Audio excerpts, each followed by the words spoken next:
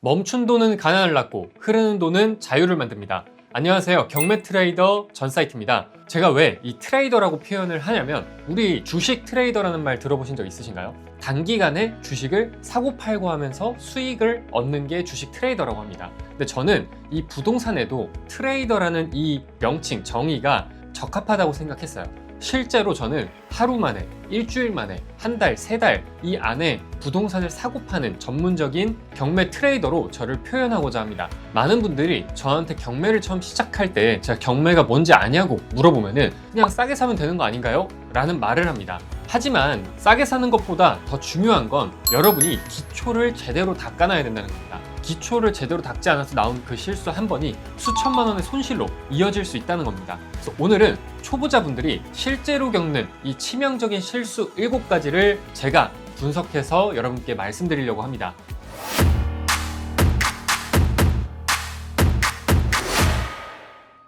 본론을 들어가기 전에 먼저 실제 있었던 이야기를 하나 제가 들려드릴게요. 한 구독자분이 있었는데 저한테 시세 2억짜리 빌라를 1억 4천에 낙찰받았다고 얘기를 해주시더라고요. 와, 진짜 뭐 싸게 잘 사셨다, 수익 많이 남겠다 하고 따봉을 드리려고 하다가 그 구독자분이 물건을 보내주셨습니다. 알고 보니까 이게 세입자의 보증금이 약 6천만 원이 물어줘야 되는 게 있었다는 거예요. 즉 대항력이 있었다는 겁니다. 실제 이 구독자분이 매입한 그 실제 금액은 1억 4천에서 6천만 원을 더한 2억이라는 거예요. 그러니까 시세대로 샀다는 겁니다. 사실상 마이너스인 투자가 된 거죠. 우리는 싸게 사는 것만이 목적이 아니라 제대로 된 기초를 튼튼히 해서 실수를 예방하고 실수하지 않으면서 안정적인 경매를 반복적으로 해야 된다는 것입니다. 그럼 이제 본론으로 들어가서 치명적인 실수 7가지에 대해서 제가 하나하나 말씀드리겠습니다. 그래서 꼭 필기를 지금부터 해주시면 될 것 같습니다. 실수 첫 번째는 입찰표 작성의 오류입니다. 우리가 경매를 이제 입찰을 할 때 입찰표라는 걸 쓰게 됩니다. 근데 여기에서 가장 중요한 게 숫자예요, 숫자. 이 숫자가 잘못되면은 보증금을 날릴 수 있습니다. 실제 제가 봤던 물건인데 인천 부평구에 있던 한 빌라 물건이었습니다. 이 빌라 물건이 맨 처음에는 얼마에 낙찰된 줄 아세요? 1억 5,800에 감정이 됐었는데 낙찰된 게 12억이었습니다. 와, 이게 빌라가 12억이 말이 되나? 할 수 있는데 그 바로 밑에 차순이라고 하는 2등이 1억 3천이었어요. 여러분, 무려 10배나 차이가 났습니다. 10배가. 알고 보니까 1억 2천을 쓰려고 하다가 뒤에 0을 하나 잘못 붙인 겁니다. 그래서 돈을 얼마나 날리게 됐냐? 법원에 입찰을 할 때 내야 되는 계약금이 1,000만 원이었다는 겁니다. 그래서 그 1,000만 원을 돌려받지도 못하고 날려버린 거예요. 1,500에서 2,000만 원 벌려다가 오히려 1,000만 원을 잃어버리게 된 꼴입니다. 이런 실수를 하지 않으려면 기초를 튼튼히 하고 항상 입찰표는 전날에 쓰셔야 돼요. 전날에. 우리가 아침에 출발했는데 갑자기 배가 아파가지고 늦었다거나 하면 급하게 숫자를 써야 되다가 이런 경우가 발생을 한다는 거예요. 그래서 여러분은 저처럼 꼭 전날에 이렇게 두 손 모아서 빌면서 입찰표를 쓰시고 편하게 주무시면 된다는 겁니다. 여러분은 절대 실수하지 말라고 오늘 제가 여러분한테 드릴 입찰 체크리스트에 대한 파일은 제가 댓글 하단에 남겨놓겠습니다. 그래서 그 댓글 하단에 링크가 있고요. 그 링크의 비밀번호는 제가 영상 끝부분에 여러분한테 말씀으로 전달드리겠습니다. 영상 끝까지 시청해 주시고 입찰 체크리스트 꼭 받아가셔서 잘 활용하시면 좋을 것 같습니다. 자, 실수 두 번째는 우리가 법원에 입찰을 할 때 입찰 계약금이라고 해서 보증금을 제출을 해야 됩니다. 그게 10%일 때도 있고 20%일 때도 있습니다. 그래서 그 퍼센트를 미리 확인하고 그 금액을 원 단위까지 맞춰가지고 제출을 해야 돼요. 실제 제가 봤던 사례인데 제 지인분이 낙찰을 받았던 사례입니다. 그래서 경기도 화성시에 있는 한 공장이었는데 이게 입찰 보증금이 당시 얼마였냐면 3억 6,600 땡땡땡 100원짜리 단위까지 나왔었어요. 근데 실제로 이 물건을 통해서 약 10억 정도의 시세 차익을 남겼었는데 지인분이, 그런데 입찰자가 여기는 한 명으로 나오죠. 사실 2명이었습니다.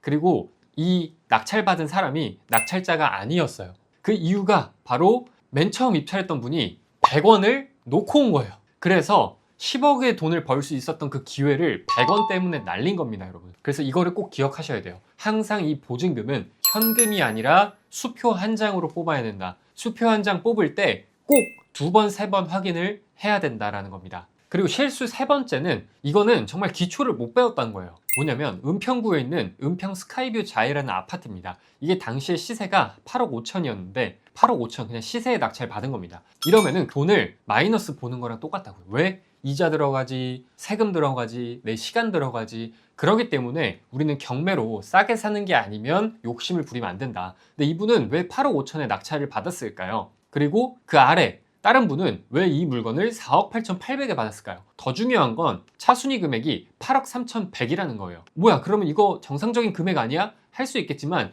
두 명 다 틀렸다는 겁니다, 여러분. 두 명 다. 그 이유를 밑에서 설명드릴게요. 당시에 최저가라고 해서 법원에서 이 미니멈, 그 마지노선을 잡아줘요. 8억 640만 원 이상 입찰을 해야 된다는 건데 이분은 보증금을 그때 당시에도 한 8천만 원을 냈을 겁니다. 근데 그거를 그냥 버린 거예요. 왜 그랬을까를 봤더니 여기 나오는 임차인 정땡땡님이 보증금이 6억이 있었습니다. 6억. 근데 이 중에서도 인수해야 되는 보증금이 있었어요. 그 이유가 뭐냐면 이 빨간색 부분, 이 1등 권리라고 하는 건데 이 1등 권리보다 임차인의 전입일자가 빠르면 대항력이 있는, 즉 제3자한테 대항할 수 있는 힘이 있는 임차인인 겁니다. 그리고 확정일자가 19년 6월 27일이에요. 이 확정일자는 돈을 받는 순서거든요. 그래서 이 돈을 받는 순서가 1등 권리보다 빠르기 때문에 맨 위에 낙찰받은 분은 나는 물어줄 게 없겠구나 생각을 했던 겁니다. 그런데 밑에 글을 잘 읽어보면은 임차인이 원래 2억에 있다가 보증금을 올렸어요. 4억을 더. 언제 올렸냐? 22년 3월 28일에 보증금을 더 올렸습니다. 그렇게 되면서 이 1등 권리보다 돈을 받는 순서가 더 뒤로 간 거예요. 그래서 실제 보증금을 약 3억 정도 더 물어줘야 됐던 겁니다. 그래서 이 사람은 이 물건을 8억 5천에 산 게 아니라 11억 5천에 산 꼴이 된 거예요. 그러다 보니까 이 보증금을 포기할 수밖에 없던 겁니다. 그래서 이런 실수를 하지 않도록 여러분은 기초를 튼튼히 해야 되는데 그 기초가 바로 이 임차인에 대한 분석을 할 수 있도록 기초를 튼튼히 배워야 된다는 겁니다. 그것만 한번 배워두면은 평생 경매를 실수하지 않고 할 수 있다는 겁니다. 그 다음 자주 하는 치명적인 실수 네 번째, 뭐냐면 서류 확인을 제대로 안 한다는 거예요. 이런 물건은 절대 투자하면 안 되는 물건인데 지금 보이는 이 동작구 사당동에 있는 빌라 물건인데요. 이 물건은 지금 굉장히 많이 떨어졌습니다. 근데 한 분이 2억 4천에 낙찰받았다가 미납을 했어요. 그 이유가 당연히 있겠죠. 그래서 이분은 입찰을 하고 보증금이 적지만 400만 원을 날렸던 겁니다. 아니, 우리가 돈 벌려고 하는 건데 돈 날리면 안 되잖아요. 그래서 우리는 꼭 이 서류를 확인을 해야 된다는 겁니다. 바로 이 건축물 대장이라는 서류인데요. 우리가 보는 이 물건, 아파트, 빌라의 하드웨어적인 부분을 표현해 주는 거예요. 즉, 이 건물이 어떻게 지어졌고, 누가 지었고, 언제 지었고, 용도는 어떤 걸로 쓰고 있는지 그런 걸 알려주는 서류라는 겁니다. 그래서 보시면은 용도가 사무소로 되어 있습니다, 여러분. 우리가 주거용으로 팔아야 되는 건데 용도가 사무소로 되어 있다는 거는 절대 팔 수 없다라고 그냥 생각하시면 됩니다. 그리고 용도가 사무소이기 때문에 주택으로는 사용할 수가 없어요. 제가 현장 가보니까 주택으로 사용하고 있던데요. 그거 다 불법입니다, 여러분. 그래서 이런 실수는 절대 하시면 안 됩니다, 여러분. 다섯 번째는 뭐냐면 우리가 세금을 먼저 내야 되는 그 조건들이 있는데 그런 걸 생각하지 않고 입찰을 해서 임차인의 보증금을 더 물어줘야 되는 순간이 온다는 거예요. 이게 바로 국세랑 지방세, 즉 임차인보다 먼저 받아가는 세금들이 정해져 있다는 겁니다. 낙찰자가 이런 걸 고려하지 않고 입찰하면은 미납을 하거나 손해를 보게 된다는 겁니다. 근데 여러분이 하나 알아야 될 거, 전라남도 순천시에 있던 물건입니다. 무려 5명이 약 1,000만 원씩 해서 5천에서 6천만 원의 보증금을 날린 사례입니다. 아니, 한 명도 아니고 5명이 이렇게 실수를 한다고요? 네, 여러분이 이걸 모르면 실수할 수 있습니다. 밑에 내려보면은 임차인 차땡땡님이 있습니다. 보증금이 1억 3,200이 있고요. 1등 권리 빨간색 요 압류보다 이 3월 9일보다 전입일자가 빠르죠. 대항력이 있다는 거예요. 그래서 이 보증금을 임차인이 다 받지 못하면 우리가 물어줘야 된다는 겁니다. 그리고 확정일자를 보면은 16년이죠. 그래서 1등 권리보다 빠릅니다. 이 1억 3,200이 만약에 1억 8천에 낙찰됐다면 1억 3,200을 다 물어주고도 돈이 남기 때문에 안전하게 투자할 수 있다라고 이해를 하고 다들 입찰을 하신 거예요. 하지만 이 세금 부분을 고려하지 않았기 때문에 보증금들을 다 날려버린 꼴이 된 거예요. 그런데 제가 희소식을 하나 갖고 왔습니다, 여러분.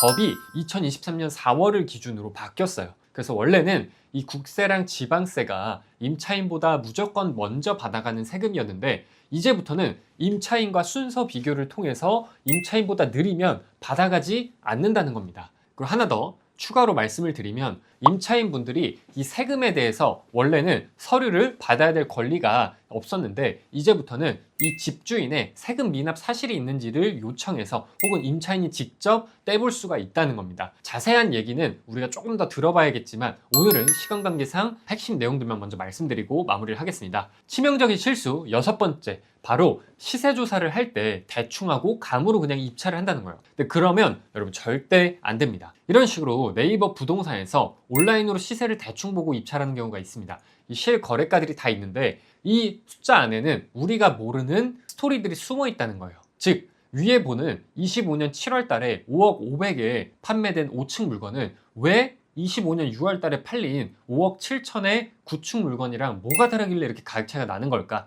이런 것들이 숨겨져 있다는 겁니다. 그래서 5억 500에 팔린 그 컨디션과 그 상황과 증여나 상속이 아니었는지 이런 것들을 부동산 전화나 부동산 임장을 통해서 그렇게 확인을 해야 살아있는 데이터로 바뀐다는 거예요. 그래야 정확한 판단을 내릴 수 있다는 겁니다. 그리고 마지막 치명적인 실수 7번째는 바로 이 명도 비용과 기간 그리고 각종 비용들을 제대로 계산하지 않고 입찰을 한다는 거예요. 보시면은 실제 제가 쓰는 이제 표입니다. 어떤 물건이든 이 표를 통해서 계산을 하고 입찰을 합니다. 여러분 부동산에는 들어가는 비용들이 정해져 있습니다. 취득할 때 내는 세금, 법무사 수수료, 그리고 안에 있는 사람을 내보낼 때 들어가는 명도비, 그리고 이자 이런 것들이 비용들이 정해져 있기 때문에 그 비용이 다 예측이 가능합니다. 내가 얼마에 팔았을 때 얼마가 남는지 상중하를 생각을 해보고 최악의 경우에도 손해를 보지 않는지를 꼭 그 가격을 정하고 들어가야 된다는 거예요. 이거 하지 않으면 망합니다, 여러분. 그래서 꼭 이거 하고 들어가야 돼요. 부동산 계산기 사이트를 활용해가지고